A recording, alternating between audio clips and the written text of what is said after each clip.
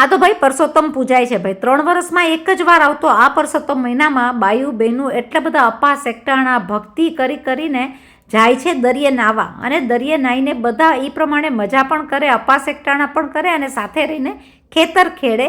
ગાય રે ગાય તું મારી માય, નિત નિત ડુંગરે ચરવા જાય, એ બધું ગવાય. જોડે ચકલા રે ભાઈ ચણજો ચણ, એની આખું ગીતો ગવાય. તો દેશમાં શું વિદેશમાં પણ આ પૂજાય જ છે. તો અહીંયા આગળ ઓસ્ટ્રેલિયામાં બેસીને પણ આ પૂજા તો થતી જ હોય છે, અને પરસોત્તમ ભગવાનના સાક્ષાત દર્શન કરવા મળી જાય. તો શું જોઈએ બીજું? તમે મને કહો. દીવા લઈને બાયું બેનું ગાંડા બનીને એકદમ જ સરસ રીતના એની અંદર લીન થઈને પૂજાપાઠ કરે. કૃષ્ણ ભગવાનને એ રીતના મનાવે કે ભાઈ તું ભાઈ માખણ ખા ને ખા. એમાં ગાયની પૂજા પણ થતી હોય છે, અને દેવ દર્શન થાય, દાન પૂન થાય. તો પરસોત્તમ મહિનો બહુ જરૂરી છે. આની જાણકારી પણ બહુ જ જરૂરી છે. મારી ચેનલમાં જાજો. ઓસ્ટ્રેલિયા બીના મોદી.